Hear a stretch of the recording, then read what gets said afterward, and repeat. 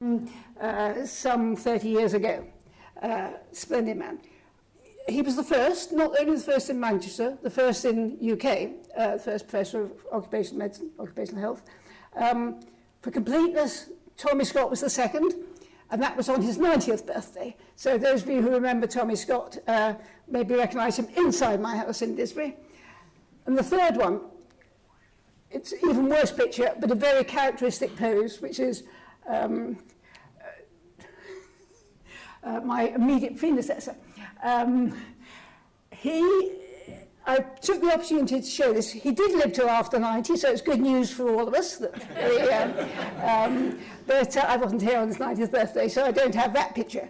But Professor Lee, that is at one of the very early Lane lectures. The first Lane lecture was in 2002. At that time, it was very much, perhaps a little way in the same way it is tonight, a small group of people from the Manchester area, people who were interested in the programme, ex-students, lecturers, people on distance learning course.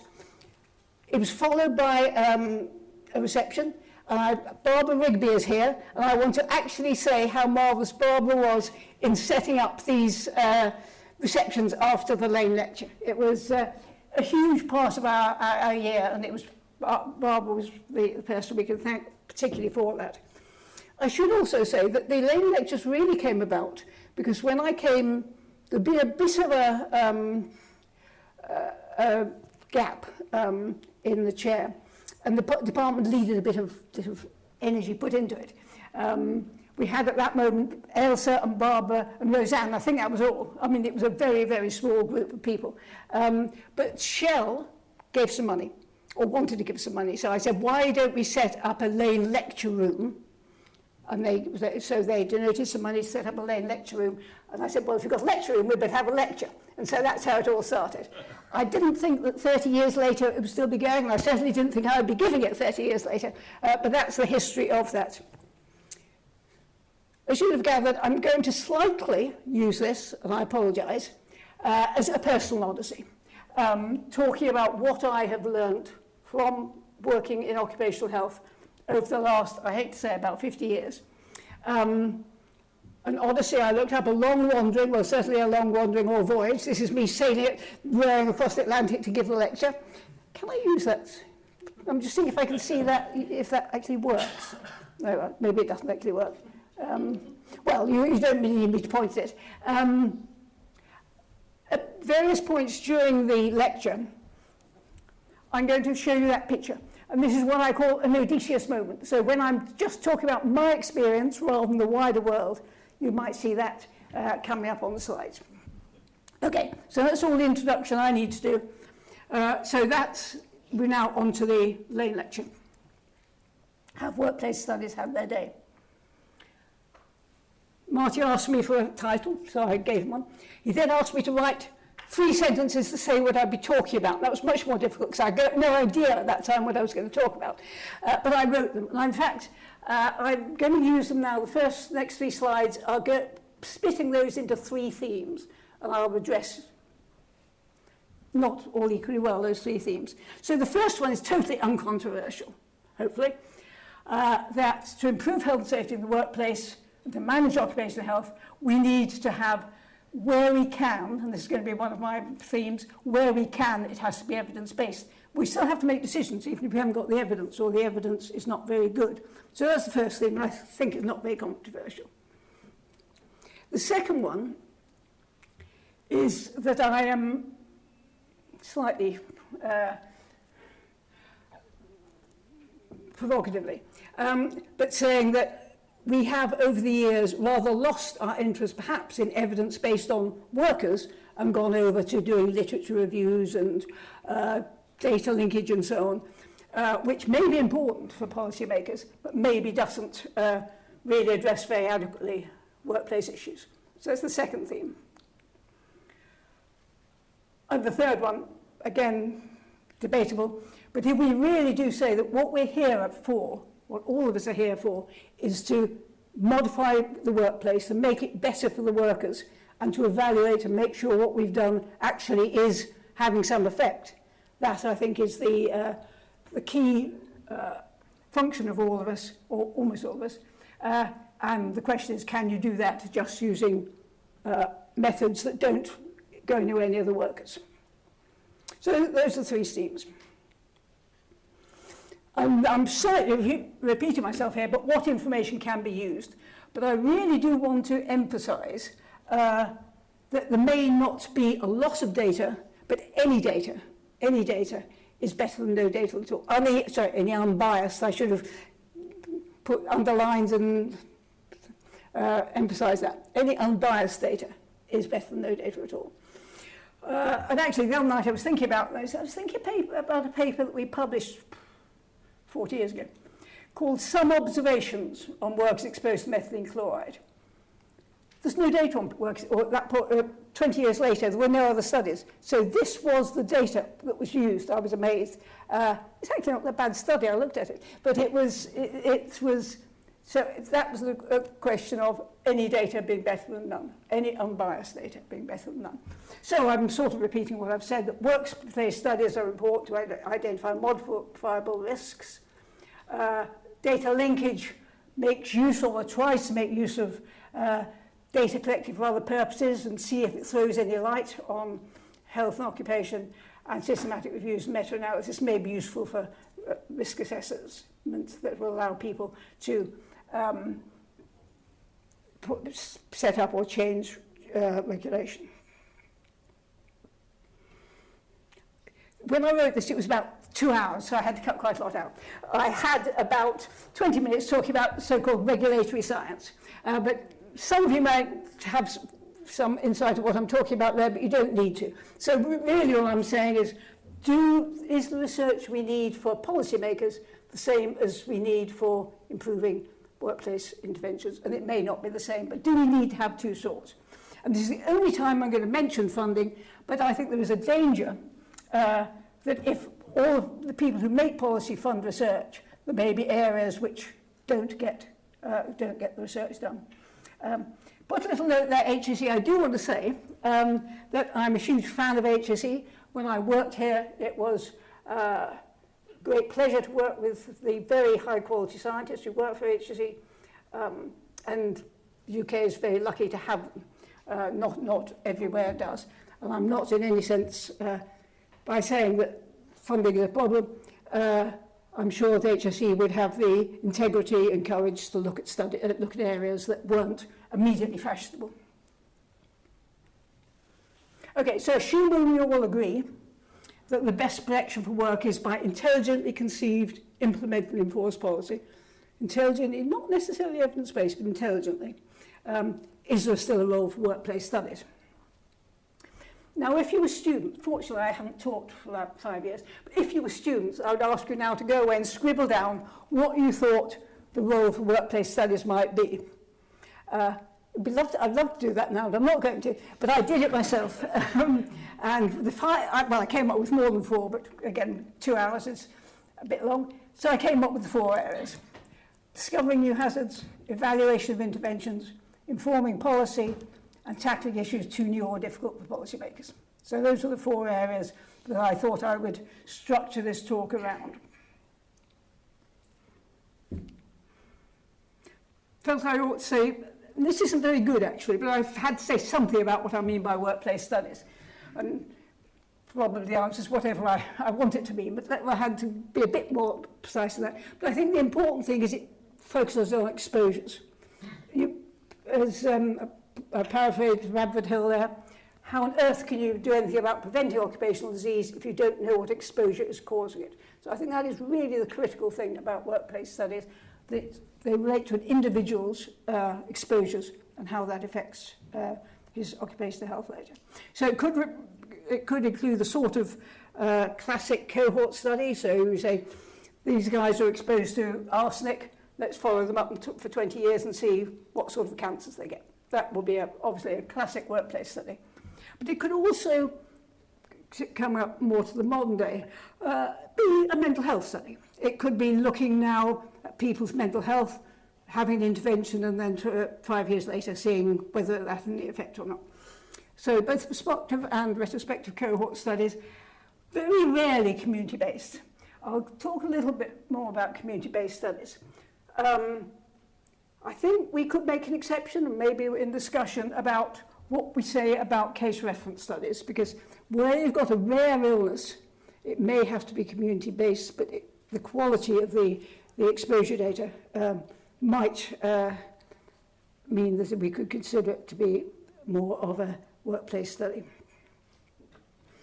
So I'm not the first person to say this. When Hans Kommel took over the editorship of OAM, he did an editorial, and this is partly what he was saying. He was saying, right up at the top here, if I can, yes I can, yes, right up at the top here, almost all the studies were classic cohort studies.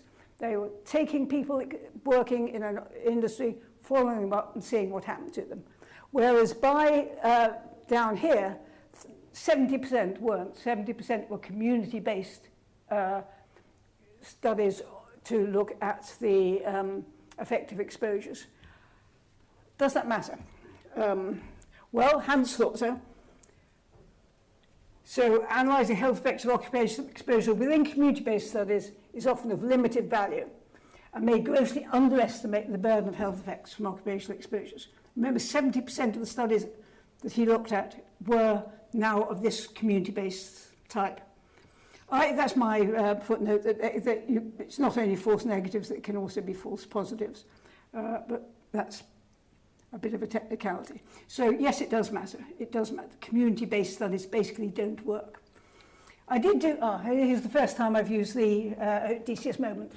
I did do what politely I'm calling a scoping review, which means I looked at the last 12 months of publications in OAM and found some very good studies, some very good classic work-based studies, but also an awful lot of studies that were continuing to be community-based, showing, in my view, very little, expertly done, but not really able to come up with good conclusions. There were also, as I say, lots of clever reanalyses, that was very good, and monthly systematic reviews. All of impeccable methodology, but do they actually tell us anything of any value? Okay, so now going on, that was a bit of a, not exactly a digression, but it was just putting this in context. So use of workplace studies in identifying new hazards. Yeah, and it's another, it's axiomatic when I started, remember 50 years ago, that all advances in occupational medicine came from the observation of a perceptive physician. Don't know if any of you have heard that or whether it's just me as being an older generation. But my first foray in a long time ago was from a perceptive physician. There's a guy called Jeff Wells, who was a SEMA, Senior Employment Medical Advisor, who noticed symptoms in those exposed to styrene in boat building and asked us to have a look at it.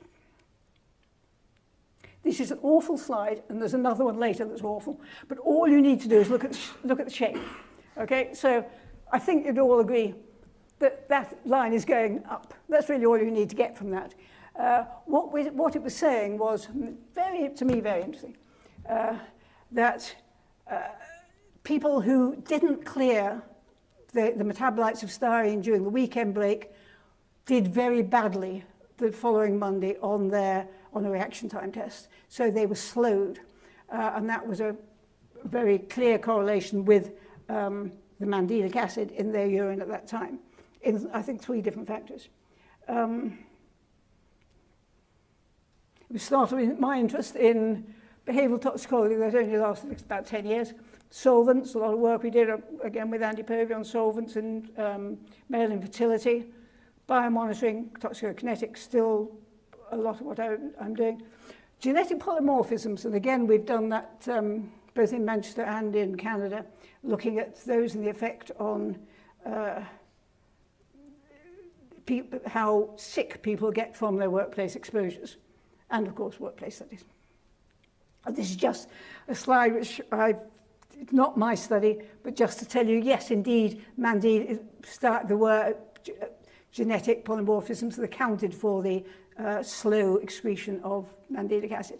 But it's just for the sake of completeness. You'll all here know about Thor, and probably you all know that came originally from a study called Odin, which was the Occupational Disease Information Network. And that was set up here in Manchester, in part to allow perceptive physicians, remember that's what we're talking about, to report new hazards, and to know that if they did, these would be heard, analysed, and if warranted, investigated. So that was really, wasn't the only purpose for setting it up, but it really was an important purpose. If you're setting up surveillance schemes, you really have to persuade people that you're listening and that you want to hear what they're going to report.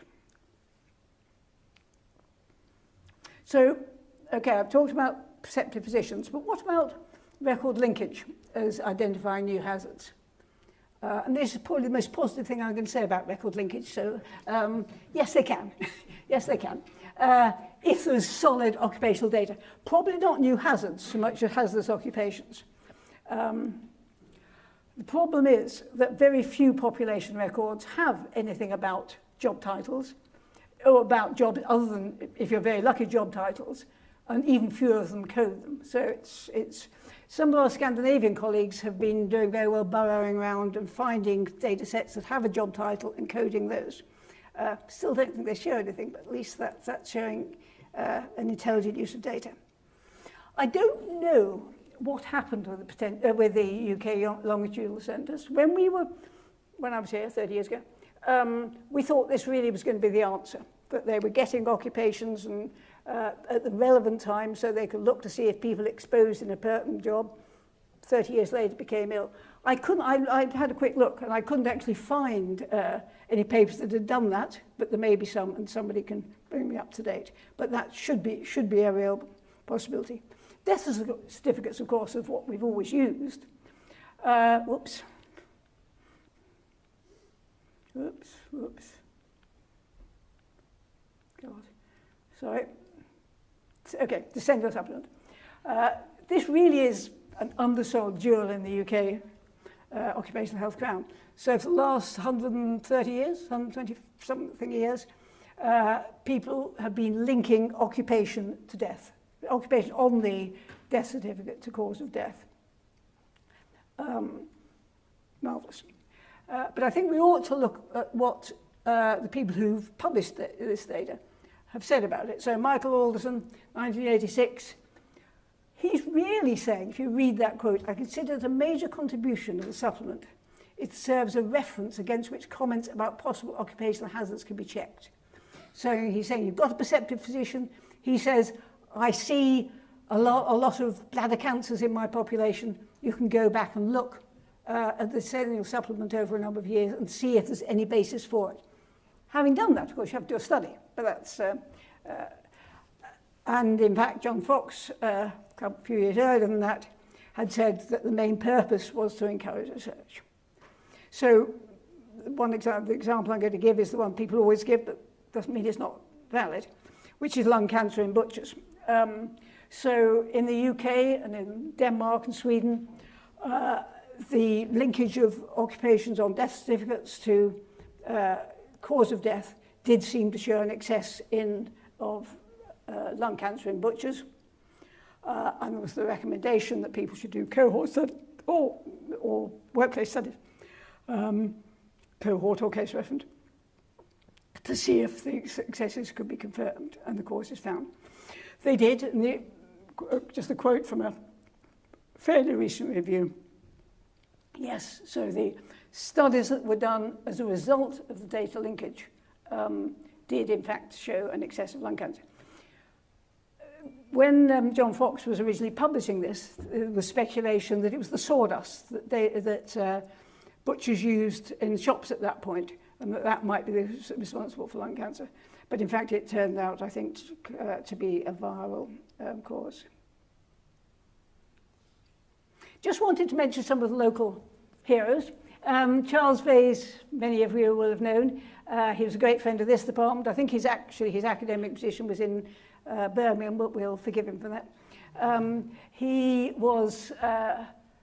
noticed, I mentioned earlier, he was interested in bladder cancer in rubber workers. He was occupational physician for Michelin in Stoke-on-Trent. And he rather remarkably set up a voluntary notification scheme for bladder tumours in Stoke-on-Trent and looked into their occupations. Now, in practice, that study, though it was exemplary, didn't show an excessive bladder cancer, but further they did a lot much more joint work, and that did come, that perceptive physicians' suspicions were confirmed by workplace studies. Thought I could mention this one too. This was one we did. This was again Stoke-on-Trent as it happened. It was looking at the silicosis medical panel records for people in the pottery industry and showing that there was an excess of lung cancer, which was important in the IARC decision that silica was a human carcinogen, COPD and renal cancer. I don't think renal cancer is quite as strong as the others.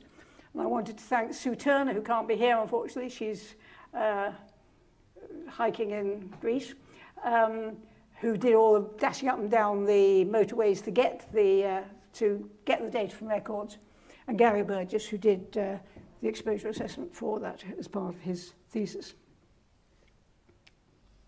Okay, so first conclusion. Are workplace studies useful in detecting new hazards, new outcomes? Yes, indeed they are. They're also needed to confirm suggestions from data linkage. So data linkage on its own isn't enough, but supplemented by workplace studies, that could be a very good combination, something we would all support. Okay, so the next thing I put on my list was evaluation of interventions. And here, I'm starting with interventions of policy that's put in place. If you put policy in place, do you know if it works or not? Absolutely splendid review papers fairly recently come out called Evaluating Interventions in Work-Related Ill Health and Disease from the HSE Workplace Health Expert Committee. And I choose one quote, which is talking about how good or bad we are at evaluating policy interventions. Strong evidence may be ignored, or weak evidence rapidly taken up depending on political acceptability or fit with our ideas about what works. Okay, I know that's true, but it's unusual to see it in a publication.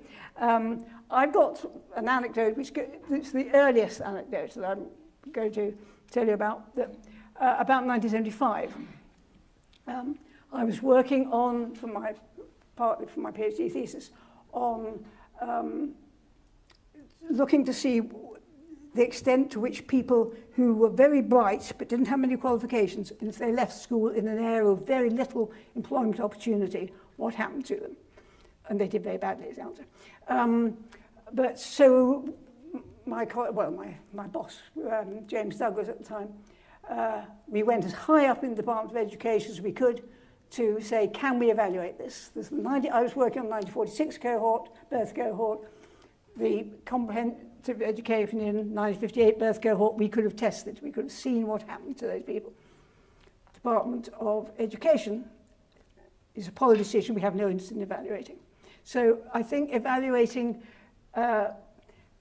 decisions may be quite difficult, but should be done. And I've got some examples here. Now this is, again, the obvious one. And you only have to look at the shape. All these pictures, you only have to look at the shape. This is looking at the amount of mesothelioma. So changes in regulations about exposure sort of happened about here. We are now about here, and it's beginning to come down. So that's the shape that is a really good way of testing whether the intervention has worked. And it does indeed appear to be. I've just put quickly 3 other examples of before-after designs. The first one actually is in the splendid research paper I've just recommended to you from HSE. They look at the effects of the European Chrome Directive, and they looking at rates of contact dermatitis before and after. They did come down. If you are interested, that is very critically reviewed in the report, but it's at least an attempt to assess what happened. While I was doing this, a paper came out in OEM looking at the work-related fatalities in New Zealand following Robin-style reforms, and they couldn't show, and they showed that over time the work-related fatalities went down, but they couldn't show that there was any impact particularly of the reforms.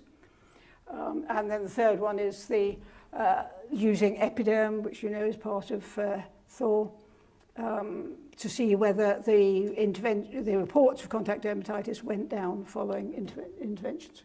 And that's the same to Sue Turner, who did the silica work. Now, if we think about workplace studies, they may allow for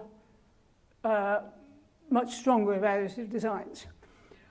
And I'd almost forgotten that, because I was persuaded to write a paper on a chapter on this, which came out in 2008, looking at the sorts of designs you could use at workplace studies to evaluate interventions.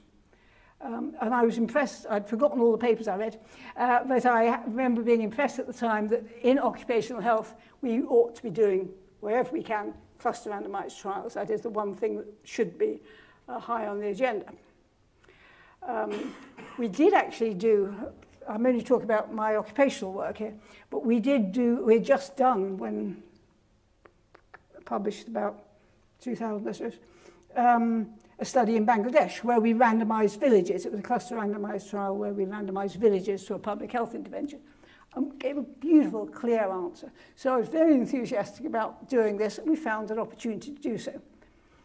Wildland firefighters in North America don't use any respiratory protection, and as far as I can see, they don't in this country either. That they're exposed, obviously, to lots of fume and so on, but they don't use it. But the setup in Alberta was ideal for doing cluster randomized trial of wearing respiratory protection. We got it funded, that's the important thing. We carried out pilot work in 2019, and we did a full intervention study, which was designed and funded for 2020. But what happened? I'm not sure. What happened in 2020 was COVID, but I'll come to that in a moment. What we were going to do, looking at a pH metabolite, 1-hydroxypyrin in urine, we were going to randomly allocate wildfire crews to normal practice to enhance skin hygiene, because pH is absorbed through the skin, to wearing a mask or having both mask and enhanced skin hygiene. And the pilot study did suggest that both of those were appropriate ways, or possibly appropriate ways, to reduce exposures. And we were going to follow up from the start of the fire season to the end and look at symptoms and to see whether pHs were totally absorbed, totally excreted rather, between rotations. And the answer, though I'm not going to show you that here, the answer is they're not. The answer is that don't believe a word you hear about half-lives of pHs. They're much longer than are published. But we'd only know that if we'd done a workplace study, so that's it fits my thesis, and was in the 2-hour presentation. Okay, so what happened? We weren't able to do the really good cluster randomized trials, but we did approximate it when we managed to get into the field in the middle of 2021. So we could randomize crews within Alberta, and BC also wanted to get in, but here we randomized firefighters within crews, which is rather less good. And we only had 3 arms rather than 4. Normal practice, enhanced skin hygiene, or skin hygiene plus the discretionary use of a mask. I said it was discretionary because we didn't have time to do the education we would want if we were going to be doing a full trial about wearing a mask. So we just said, we've got to start next week, else we won't get anything done this year. So here's a mask, fit tested. You wear it when you think it's important. Okay, so that was part of the original protocol, but it was actually what we did in the end. And what did we find? Well, we found that they worked. I mean, this is the bottom line. We found that those who were allocated a mask for discretionary use absorbed less pHs than the people who were in exactly the same jobs who didn't wear them. So that was really pretty good. Oh, please me. And they also had fewer respiratory symptoms. So it was, and this is all coming out. This has all been accepted publication. It hasn't come out yet. Okay, so can workplace studies be used to evaluate interventions? The answer is absolutely they can. Yeah. So the third question, what about informing policy?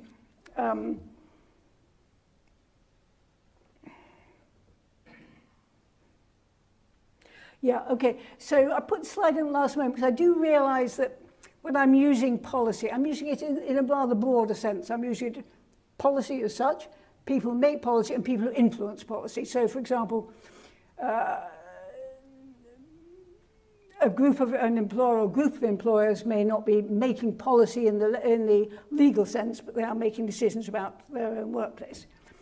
Someone like NIOSH or IARC don't actually make policy, but they certainly influence policy by the decisions they make. So I'm using policy in a rather broader sense than just somebody sitting down and saying, in our jurisdiction, we will not allow.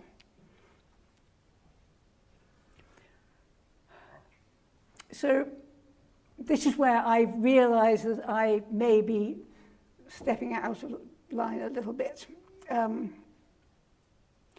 I think the first thing must be true. If you're going to make decisions, you need evidence. If you're going to make evidence-based decisions, you need evidence. And I think that's a bit, that's not controversial. I think I can only assume, though I'm not a policymaker, that if you've got a systematic reviews, meta-analyses, giving a consistent story, that helps you make evidence-based decisions. I'm allergic to systematic reviews, I should say. One of the quotes that I took out was that every scientist should do one systematic review in their life. And then it goes on to say, but only one. They should then get on and do some real research. And that is rather my review of systematic reviews. But they have their limitations. So systematic reviews have their limitations. And I think this probably is one of the things that I feel very strongly about, that I haven't put in a Odysseus Moment. The most informative study may be the one that's missed out because it's done differently than the others. I haven't got time for all those anecdotes, so I'll just say that for the moment. Oops. Sorry, this is very twitchy. Okay, and here I think is partly the basis of what I wanted to say, though it's not actually central to the argument. Bradford Hill, if you look at what he was saying, he said that we need to get answers from a wide variety of situations. So we can justifiably infer that the association is not due to some constant error. 6 bias studies don't tell you more than 1 bias study. So you can't just count the number of studies. But I think there is now some pressure for conformity, saying, why don't we all do it the same way, and then we'll be able to do systematic reviews and meta-analysis without any problems. And I think that's wrong. I think that is one of the problems when we used to have meetings, and we used to go to Efficacy meetings or whatever, there'll be little workshops saying, people across Europe, how can we ask the questions in the same way, and so on. I think it's dangerous. Now, I saw that Jos Verbeek had given the Lane lecture not very long ago. I wasn't there. But he has done an enormous amount to promote systematic reviews in occupational health. I was a bit shocked to see that there were now 157 reviews.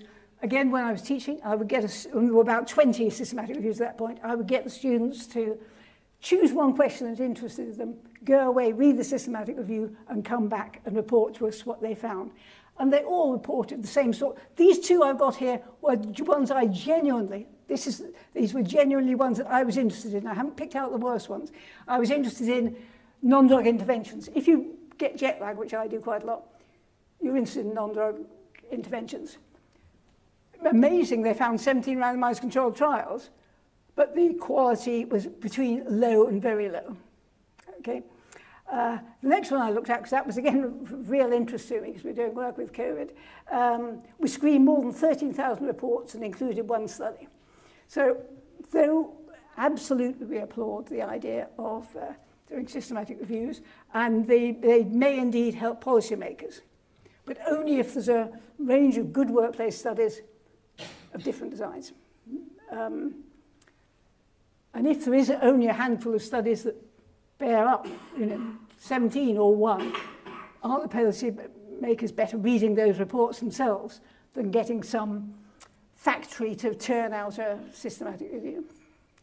When I say a factory, it's a bit harsh, but I have a colleague who has a team of students who turn out systematic reviews.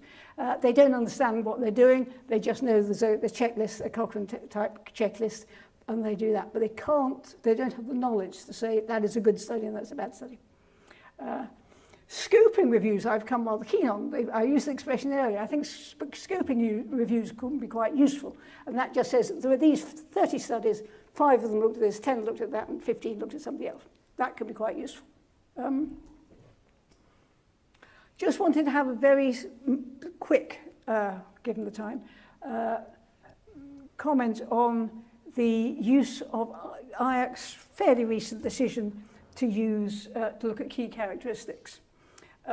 IAC, as you know, is the International Aid for Research on Cancer, and it's very, very influential.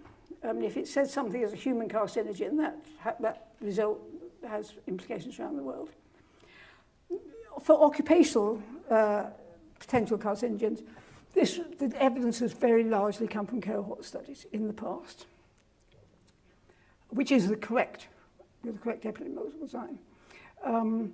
But remember, this is what we looked at earlier. These are disappearing from sight. So there no longer is such good evidence as there was, such strong evidence, such defensible decisions. So IARC has decided to use key characteristics. In addition, to say how likely is it that this could be a carcinogen. And looking at all these, I think they call them 10, but number 10 is cell proliferation, cell death, or nutrient supply. So it's many more than 10 in practice if you look at them all. And this would seem to be a key role for workplace studies if this is important. Has to be funding for it, have to be competent people to do it, and it has to be knowledgeably reviewed. But this is here an argument that's saying for potential occupational carcinogens, we need workplace studies. And that is something important. Where you publish them is a different issue, because it's not obvious who will be interested in publishing the effect on nutrient supply of an occupational exposure. Oops.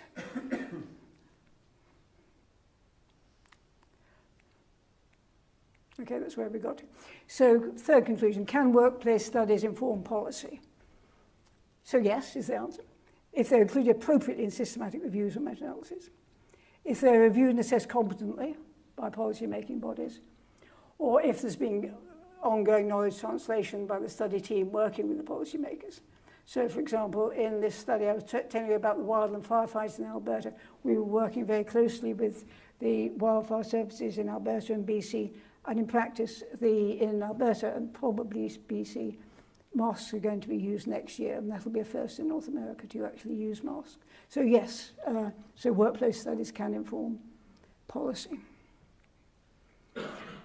So the final one, and I'm not going to talk about this in huge detail, but in tackling new issues that are too new or too difficult to be handled by policymakers.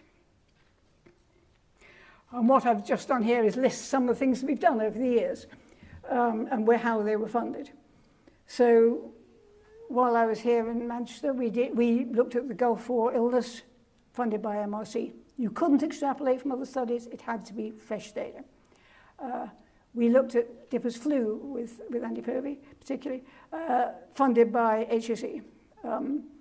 We looked, again with Andy actually, with declining sperm count and endocrine disruptors, and that, you can see who funded that. That was a huge group of people, HSE, Department of Environment, Department of Health, European Chemical Industry, because that was new and hot and difficult. So everybody wanted nobody wanted to be the only person funding it, but if you got everyone together, that is the sort of answer that you could get. And in Canada, this is how I got into the one of the firefighters. We spent 5 years doing a cohort study of people exposed, firefighters exposed during a fire disaster. And that was funded by CIHR, which is the equivalent of the NIH or the MRC. And we also got money from them for the study of COVID-19 healthcare workers. But the one I'm going to talk briefly about is one that's too difficult. And there were three, I've just listed, well, there were two, I put another one in last night. One on migrant workers, very important question. How do you know about injuries in migrant workers? Can you use the published statistics? The answer is no. The published statistics are wholly biased in that injuries in migrant workers don't get included. Baker's is the one I put in last night. It's been published this week, and this was the bread manufacturers in Alberta wanting to raise, not lower, to raise the level so people could be exposed to more. So in order to put that on hold, as it were, they funded a study. That's one. The one I'm going to talk about is pregnant welders, which was also funded by CIHR. And the question is the fetus at risk if a woman works during pregnancy? And if so, which exposure need to be addressed?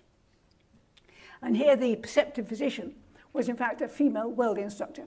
She was getting more and more female welders, and she noticed that some of them were pregnant. She was concerned about it.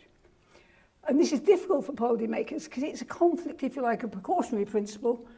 Of course, welding must be bad for the fetus, and stopping women working as welders. So it really was quite a tricky one for the policymakers. Just tell you a little bit more about him. This is Alberta. This is where I am. This is where the Rockies are, which is why I've spent a lot of time in Alberta. And this here in Fort McMurray is the place where the perceptive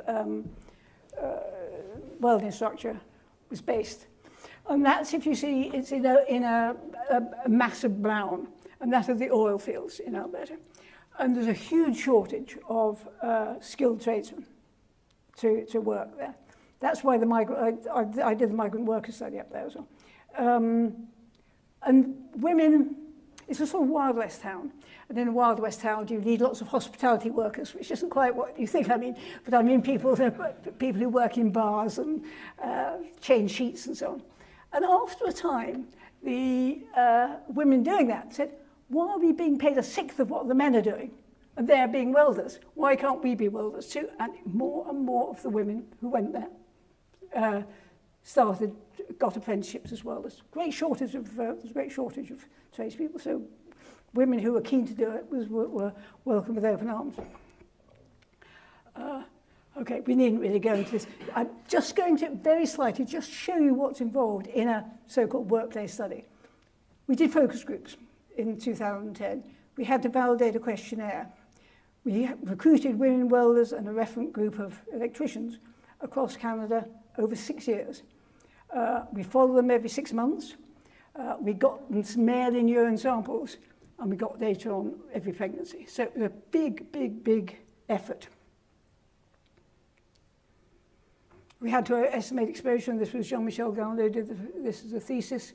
So we developed a welding-specific job exposure matrix for looking at the types of welding, base metals and consumables that these women were doing. Okay, so it wasn't all welders throughout the world, it was the sort of welders these women were doing. We calibrated it we were very fortunate we had a welding lab that we could use to calibrate it. And then we validated it using the urine samples to look to see whether the job exposure matrix successfully predicted the amount of metals in the urine.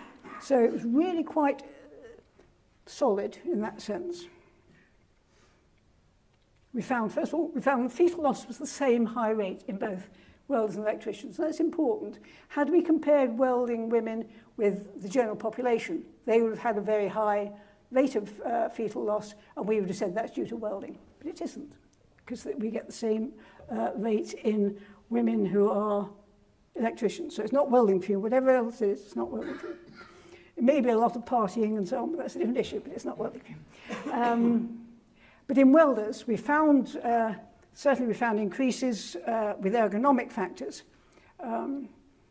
vibration, manipulating heavy ovens, heat intensity, and vibration again.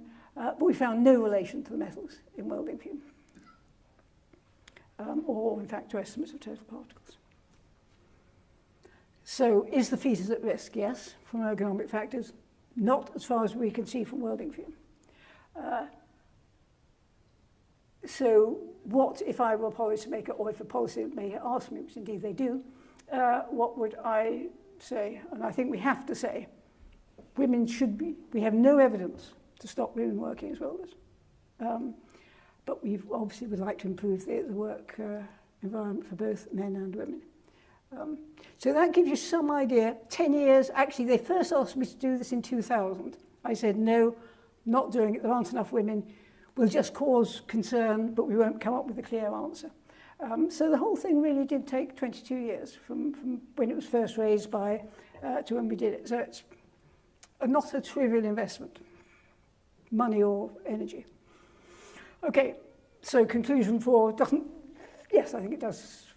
Yes, they may be particularly valuable in emerging issues, where indeed there may be no other option. If you've got if you're seeing something for the first time, you can't extrapolate, you can't do systematic reviews, you can't do data linkage. You can't do data linkage, look at fetal loss, because there's no data, no sound basis for it. So why don't people do work studies? Well, they're hard. That's really what I've just been telling you about, because it's hard to get access, to get funding, to keep. They're slow, they take a long time. They're unforgiving. If you're doing a systematic review, you could say, oh, stupid people did bad studies. If it's your study, you haven't got anything to fall back on.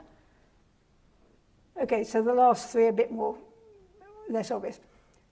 I talked, when I get the opportunity, to many occupational health researchers who never seem to have really been in a workplace. I mean, they are so busy sitting at their desks doing data linkage studies or whatever that they don't actually have the basis for doing workplace studies. It is very tempting, obviously, to get quick papers out, so you get your promotion or your tenure or whatever it is. And I think perhaps, again, talking to young people, they don't really have any expectation they're going to do workplace studies. That's not what they see themselves as being there for. I put we here. I'm going to change this to I. So what would I have missed out by not doing stuff at the workplace? First of all, I wouldn't understand exposures. No way I would really understand about firefighters' exposures or welders' exposures or whatever unless I had done those studies. A huge part of doing this sort of research is you get to know the workers, you get to know why they're there, what they're doing. By doing these sorts of studies, you build alliances which you can use to influence workplace health and teamwork with local occupational health practitioners. These sorts of studies require skills that you can't get from books. So if you don't do them, you don't develop those. We may completely miss new hazards. I think particularly when hazards that arise when processes change. We all know what people do. We don't necessarily pick up when the type of welding changes. So unless you know what the background is or whatever, you may not pick up those new hazards. I think we don't know the workplace, we don't know the workers, we don't have the right alliances. We've got no credibility in suggesting and evaluating mitigations. The last one, I think, is more difficult to explain to you because it's really a gut feeling rather than anything else. We used to think that the best occupational physicians were those who went into occupational medicine because their father had died of lung cancer from coal mining, or because they were family practitioners who had seen people coming in for a particular factory. And I think when I started, we felt the responsibility to workers. I think that is less clear now. I say regulators, it may not be regulators, it may be to the research institute they work in, it may be to their profession, so they may feel the responsibility as to occupational hygiene rather than the workers. But I think there's some truth in that. I'm not pressing it too much, but I think there's some truth that if we don't work with workers, our sense of responsibilities may shift. So that was the question, wasn't it? So have workplace studies had their day? I left this blank for a long, long time. And then I cheated. I changed the question. So are workplace studies still needed? That is much, much easier to answer. And I'm saying, and that's based on what I've been saying, I don't think there's any other credible source of data. You may be able to search around and scrape up some data, but I don't think there's any other credible source of data apart from workplace studies. The community-based data linkage studies, I've done a lot of them. They had lots of promise, but they just don't come up with answers that are useful. And the other three, we're saying the key characteristics, the systematic reviews, the meta-analysis, all depend on the best workplace studies being there. They're useful summaries of workplace studies, but they don't exist without them. So we do need them, and we need them to be done well. So it's the final slide. So should we now regard them as a necessary evil to be done by the sort of rote magic of people who are not very important? Or should we regard them as the lifeblood of occupational health, which they have been for me? Okay, thank you.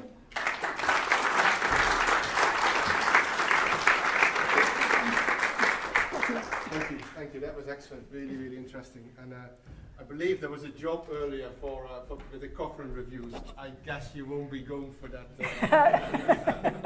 We were actually involved in that paper on COVID. Okay. Yeah. Were you the one study that was chosen? I think there's a few. I think there's a few people in the audience who were co-authors on that. Yeah. Good. We had a lot of discussions. I kind of stepped back a little bit after a while because it was not just the fact that there wasn't any studies. It was actually the criteria by which you said, well, these are the studies that we include. So they actually kind of, I think, incorrectly ignored quite a lot of evidence. Well, that's sort of what I'm saying. That's what I'm saying. Yeah, sure. Wasn't necessarily fitting within the intelligent interpretation of what we're looking for. Yeah. So I think that was interesting. Are there any questions, comments from the audience? We've got some mics. Here in the front, Bill. Nicola, lovely to see you back in Manchester. Yes, absolutely. Great to see you. Yeah. And thank you for a really thought-provoking lecture. I'm going to pick two sentences from two slides that you put up and try and wrap my questions around them. Excellent. The first one was that policymakers need evidence to make evidence-based decisions. Yep. And the second one was that there should be ongoing knowledge translation by the study team working with policymakers. Yep.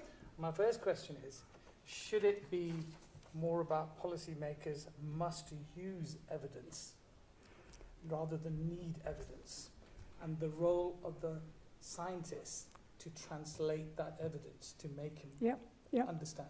Yeah, the first quote you make was rather carefully chosen, the wording. It said, to make evidence-based decisions, they need evidence. Sure. I wasn't saying that they necessarily make evidence-based decisions, but if they're going to call it that, they need the evidence. Yeah, but certainly, yes, what policymakers working with is to interpret is what we need. Yeah. Thank you. Got a second question here. Thanks for the really interesting lecture, Nicola. Yeah, I can do, yeah. I'm Richard Kirkham, Deputy Director of the Institute. Really interested in the policy evaluation question, because the last piece of analysis done by the Prime Minister's implementation unit identified only 8% of government major projects were subject to any form of... I can believe it, on the kind of 400 billion spend, that is quite worrying. Yeah. So in kind of future political manifestos that we will be asked to kind of look at, do you think the public can be confident that the policy that's often laid out in manifestos has been developed with sufficient respect to the evidence base that we academics and others in the civil service, government and science profession produce. I think there are two issues on there. Has evidence been used in making the policy? And I hope the answer is probably, or possibly. Has it been used in evaluating it? Very seldom, I think, is probably. You say 8%, yeah. And do we know the results of the 8%? Did they suggest it had been useful or not? There is a task force in Treasury that's apparently looking at that.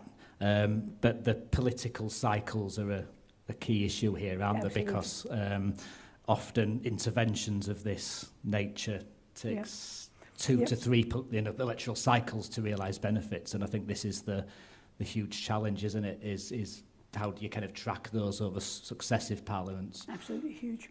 Yeah. Thank you very much.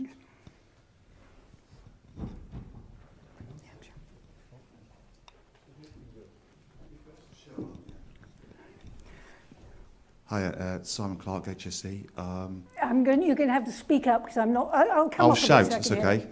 okay. Simon Clark, HSC. I agree we need more workplace studies, definitely. Good, yeah. They cost vast amounts of money. Mm-hmm. And the question is, which workplace studies? And do we not need a systematic way of generating hypotheses and then evaluating them so we pick the right workplace studies and can get behind them? Because we're not going to be able to do a lot of them. Yeah, I think that's true. That's partly why partly why I was perhaps going on a little bit about perceptive physicians and indeed this perceptive welding instructor. I mean, I think partly we do respond, don't we? Where we see where somebody raises a problem and we can't find an answer from the existing literature. Those are maybe the studies we need to do. I think more systematic way rather than systematic would be great. ad hoc way. Systematic would be really, really good, yeah. But somebody has to recognise that the existing data is inadequate. And there's not a great deal of appetite for that. I'm more a fan of data linkage in your life. I think that might solve that problem. So, Nicola, I'm Anisa Smile from General Practice and was tangentially involved in Thor. Yeah. So to me, you know, the question is why they have fallen off, and you had that thing about the siren call about individual careers and people wanting to, and I think this is the tragedy of it. It's the reason my views have become less. I mean, I was struck by your pregnancy slide, where you even though you said it started 20 years ago, but when you started the study, it still took about, well, you put 5 years of follow-up. That's right, yeah. And to get enough pregnancies. I mean, if you've got more women and more pregnancies, you could go but to this the is year. the reality, Yeah. isn't it? And I think that the tragedy is, in a way, is that, you know, academia, where a lot of these can work, now work on a very short cycle, you know, because if you're sitting down saying, I'm going to do a 5-year study, and, you know, what papers are you going to get out of it? And it's really sad in a way, actually, because you do need these, and yet we have now just gone on the treadmill, which is why I think systematic reviews and data linkage studies and so on have become so popular, because... But they don't tell you anything. No, I agree with you. And they should be, really. I think, you know, it's going beyond. It's saying to the funding bodies, it's saying to the people who assess, you know, academic research, look, if we're going to get real value out of this, then we've got to have a different way of assessing how good it is. Because it might be that, you know, the fact that you get funding for a large study should count as much as the fact that you've got 10 publications of systematic reviews, you know, but it probably doesn't at the moment. No, it's, we agree. Robert Boyd. Nicola, having had the privilege of being involved in your appointment here, I just want to comment what a fantastic lecture that was. It makes me feel we've made exactly the right decision. Very nice. That's very nice. But I've also got a question. Okay, this is the last bit. Adding to your 22-year study of the firefighter, of the welders, do you have any plans to follow up the fetuses to see whether 5 years downstream they're developmentally related to their metal exposure? That is a very important question. And the answer is we didn't get consent for that. So, and going back, these women are sometimes very difficult to follow. I don't think it's realistic at this point to do that. I agree it should have been done. We should have done it. I never really believed this study would get off the ground. I mean, I was always enthusiastic about it. And the fact that we did actually, in the end, get 250 pregnancies or whatever was great. We should have followed up. Mind you, you'd need more than 250 babies probably to show anything. you might find some of your lines against the metal densities in the urine and the cognitive achievement. Yes, that would have been very nice, but we didn't do it. Yeah. Nicola, thank you very much for a fascinating and really insightful presentation. I'm Andrew Curran. I'm HSE's Chief Scientific Advisor and Director of Research, and also lead the Thomas Ashton Institute with Neil. I think you've highlighted a number of issues in the presentation, and what I'm really interested in is whether those issues in themselves are pointing to systemic failures within our system. So, for example, to have perceptive physicians, you need enough physicians with the right training and the skills to make those observations. And I do wonder if the world of 20, 30 years ago is very different today, yes, where we don't have as many occupational physicians. We don't have occupational physicians anymore, basically. Exactly. Yeah. Then there's the issue of generating the evidence, and we don't necessarily have the right mix of skills and people and leaders in the occupational field in the UK, certainly, as we used to have, again, 10, 20 years ago. So do you feel that we should actually be addressing some of those systemic issues to enable us to do the things that you've talked about? Because I worry that absolutely without that, absolutely do. and therefore, what is it that we need to do to make those changes? Yeah. That was the sort of message out of the whole talk. Yeah. Yeah. So I think there was a question at the end. So what is it that we need to do to address those issues? I think it's slightly. I'm skipping out of this perhaps unfairly, but I haven't lived in the UK for 20 years. I think the UK is well ahead of many other places even now. But I wouldn't in public want to comment too much about what could be put right. I'd love to sit down and talk about it, and I hope I would have something to say, but I think probably not at this moment. Yeah. Nicola, thanks. David Fishwick from HSC and the University of Manchester. I'm really pleased you concluded like you did. It was like a free therapy session for me, having been involved in a lot of workplace studies over the years. Yeah. Can I just ask you what your view is about the utility of studies to actually be interventions in the workplace? Because we've been involved in cotton studies here, yes, where it was clear that literally there had been no intervention previously around health. Yes. And conversely, in New Zealand, we've been involved in welding studies where we went in and studied the workplace and they took all the RPE and the local exhaust ventilation out for random reasons. So what's the power of the study to actually intervene positively? You're obviously you have to have this might be working. You have to have some intervention to evaluate, don't you? I mean, you can't just go in and evaluate. So it has to be based on some active intervention. And then I don't think there's any problem evaluating it, is there? No, I totally agree. I think what's happened in certain circumstances is that the study team going in actually becomes an intervention. Yes. So the study vicariously becomes an intervention, even though it wasn't planned in terms of behaviour change. That's sort of why you need your cluster randomised trial, isn't it? I think a beautiful cluster.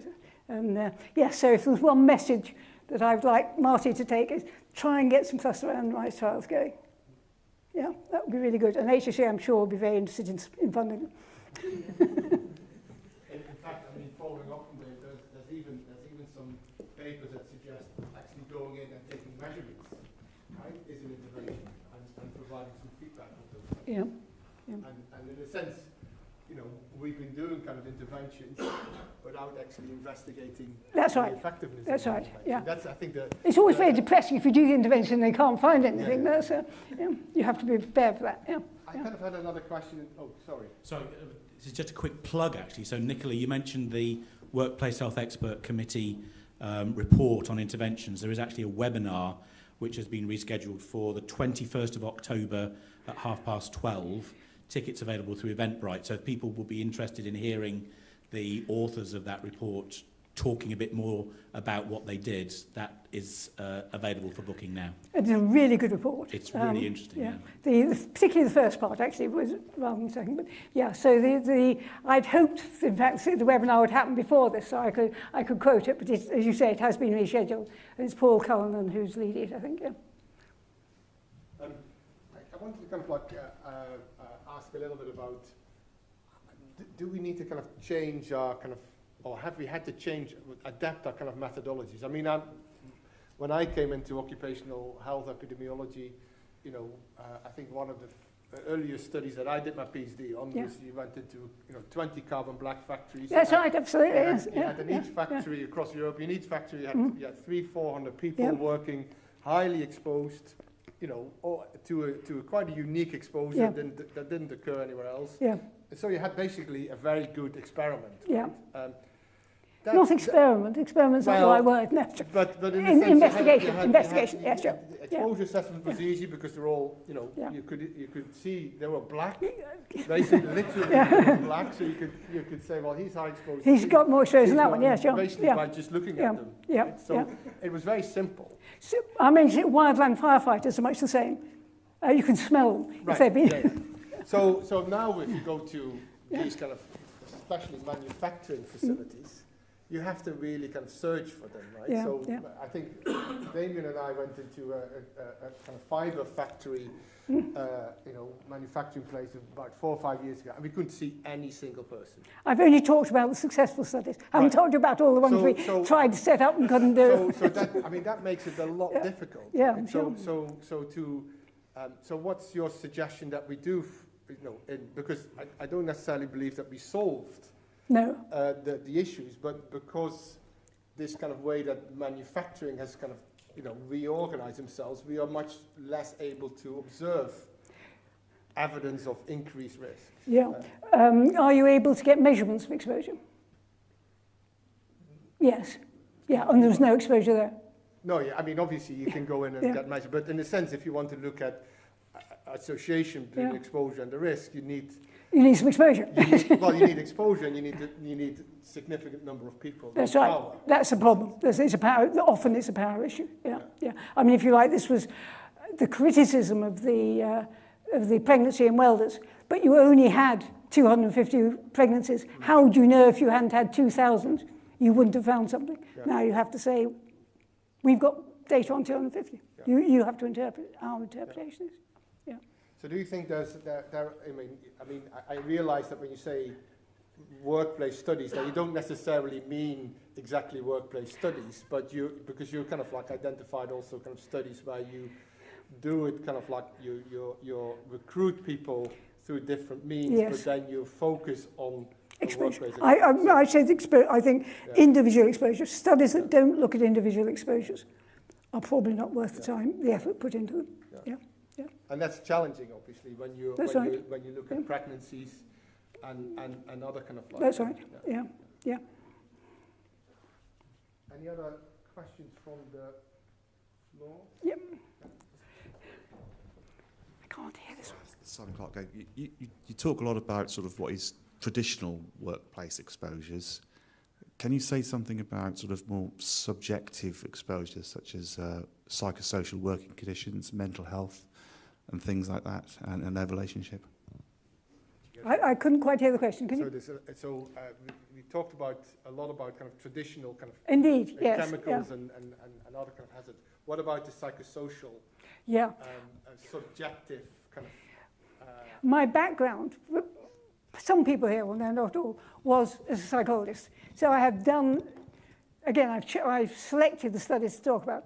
I have done quite a lot of studies of mental health, and much more difficult in many ways, partly because of the effect of non-workplace exposures, that people choose to go into certain jobs because of perhaps their mental health setup.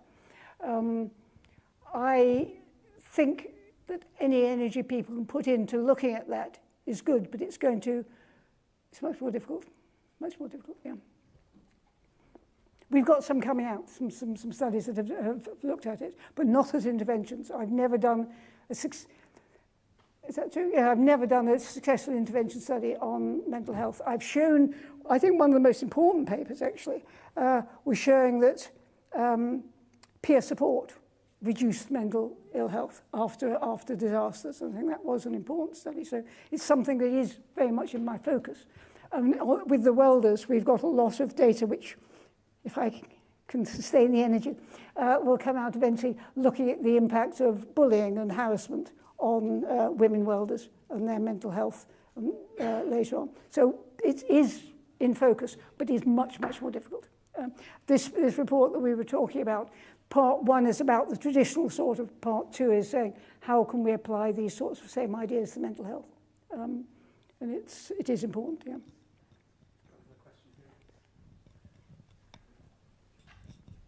Hi, my name is Rakesh Maharaj, and I'm an occupational health and safety practitioner on the ground. So there are some occupational health physicians. So I come from within the workplace in many respects. Professor Cherry, an excellent presentation. It reminded me of all of those years ago when I embarked upon an early academic career in occupational epidemiology, but decided to leave it because I was a young, broke student and needed to find a way to earn money easily. But nonetheless, on a more serious note, the female welder study seems to be very popular today, doesn't it? I'm quite curious as to how you've been able to establish a causative relationship between ergonomics and increased fetal loss versus any welding fume, or was the relationship correlative rather than causative? Particularly given that ergonomics is quite difficult to ascribe to any particular a particular health effect like fetal loss. Okay, so the question was about how you establish a causative relationship between ergonomic factors and the fetal loss. And fetal loss. Whether you are able to kind of like establish a causal. Causality is always very difficult, isn't it? We were certainly able to show that people who were in types of welding that had higher ergonomic demands were more likely to have miscarriages. By fetal loss, we're essentially talking about miscarriages. And there is quite a lot of other data from other industries that support that. It's debated. David Kong did a review a few years ago in which he thought that maybe it wasn't as clear as it should be, but we found it. So if you, just going back to this whole idea of interventions and so on, in theory, we would now do a cluster randomized trial, wouldn't we, in which we went in and intervened in some welding situations and waited a year and then intervened in the other, in another lot and see if conceptions in the ones we had intervened in were more likely to go to term than the others. So that would be a beautiful study to do. And that's what we saw, the sort of question we should be trying to answer. But as someone was saying, there are a lot of questions out there. How do we prioritize them? And there are no absolutely clear answers. But some of them are really interesting. And I think the welding in pregnancy was a really interesting one because of the pressure that was being put on to exclude women. I presented this data. There's a thing called the International Institute of Welding, which is an ILO organization. And they have a health and safety committee, and the chair of that, who happens to be a German, said, all very well, we just don't let women do it. I don't know why you're doing the study. Clearly it is wrong. We don't let women weld when they might be pregnant. So it's, these questions are really quite complicated. Yeah. I was kind of interested in your comment. Was that a comment? No. I was kind of interested in your comment about that you were against kind of almost standardized kind of protocols to repeat the same study over and over again and then use meta-analysis to come up with a kind of, narrower confidence. Yeah, I think, I'm not against meta-analyses. I think if you've got a range of studies and they all come up with the same answer, done by different methods, it may then be appropriate to do a meta-analysis of those that you can. So I was wondering what your thoughts are about, because we're I think next week we're going to embark on something that's called an exercise about triangulation. So rather than doing a kind of like a meta-analysis, we're getting people together in a room, starting to and these are studies about COVID and work and COVID, and we're trying to kind of understand, the designs and the biases within these studies, and then trying to kind of see whether actually looking at the anything differences. comes through that might be true. Yes? Well, exactly, because in a sense, if you have different studies that have different biases in different directions, and they might still show the same picture, you might be, you might have more bigger confidence that that results. So, what have you experienced in those kind of exercises? I'm just going. Remember, I said very careful word again. The intelligent interpretation of data, and I think that's what you're saying, which we need to look at it intelligently, understanding the biases. We as people who actually did it, rather than a troop of people who are just looking at what's been published. Yes, it's much more difficult to convince a journal, for example, to publish that. So, I mean, it may be very useful for HSE or whatever. It doesn't have to be published. I mean, this idea that everything has to be published before it's of any value. But if a group of people who've done the work get together and come up with conclusions, I think that is really valuable, and people should listen to it. Yeah. Yeah, so do it. Yes. Any other comments? Yes. Elsa. Thanks. Elsa Donnelly, just an interested layperson. If the rate of miscarriage is equally high in female welders and female electricians, are you going to do any work on female electricians and do the same issues arise as for the welders? We have actually published on miscarriage in welders and electricians. Welders, they don't have the same exposures, but in practice, our welders, our electricians, had greater rates of miscarriage if they were working very long hours or very long days without a break. So the risk factors for the electricians were different, but the outcome was roughly the same. And the only point I was making there is, if you like, goes back to the footnote I put on talk about false negatives or false positives. So you can get false positives if you don't have the correct reference group. That's really all I was trying to make the point there. Policy implications if you have false conclusions. Yeah. Sorry, what I meant was, does it raise the same issues for the female electricians of gender equality and all the rest of it? Yeah, I think talking to this audience, maybe less so, because I don't think that in this country you've got the same sort of Wild West conditions. It certainly did for my policymakers, but I suspect here that it is less of an issue. Yeah. But we didn't find any exposures in elections either that caused them to miscarry, other than the ergonomic ones. Yeah. We've got another question just here. Thank you. This is perhaps more of a comment rather than a question. Given the fact that I appear to be representing industry here in the room more by default rather than intent, I would like to say that there is definitely a need for increased workplace studies, particularly within industry today. Industry is beginning to lose touch of how to undertake interventions in a robust way through proper data analysis, understanding real contributory factors and being able to exclude confounding variables. There are the particular casualty at the moment is the efficacy of occupational health services within industry. And we see this unfortunately rear its ugly head when people are suffering with long-term illnesses post a long period of being employed in a hazardous industry. I think this is a real issue that does need to be addressed quite proactively. And the reason I'm mentioning it is because I know that the HSE is present in the room today.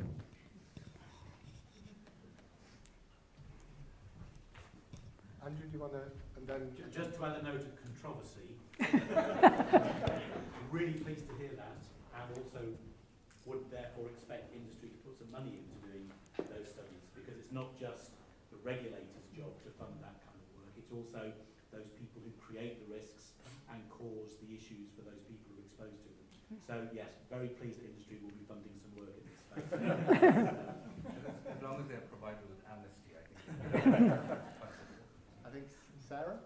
Yeah, hi, sorry, I'm Sarah Rhodes. I'm a biostatistician and quite new to occupational health. And so I'm more interested in the firefighters than the welders. And I was wondering how hard it was to convince the funders, the kind of regulatory bodies around firefighters and the workers themselves. Who was it hardest to convince and how did you do it? Because I get the feeling that people are quite reluctant to randomise in occupational health. I think randomising, cluster randomised is not a problem, basically, because as long as you've got people who aren't in contact with each other from day to day. One of the problems we had was when in BC, where they randomised firefighters within a team, there was a lot of overlap, and so people, effectively, we couldn't evaluate the effects of skin hygiene because they all adopted the new skin hygiene things. So randomising individuals within the workplace really doesn't work. But I think if you can, for some, not every work site would work for this, but lots of them do. So if you can randomise to what different clusters of workers to different interventions, I haven't found a problem. You do sometimes have to say that we'll come back next year and randomise those who didn't get the intervention to the intervention. But otherwise it doesn't seem to be a major issue. You got time for one more final question? Always good when there are no more.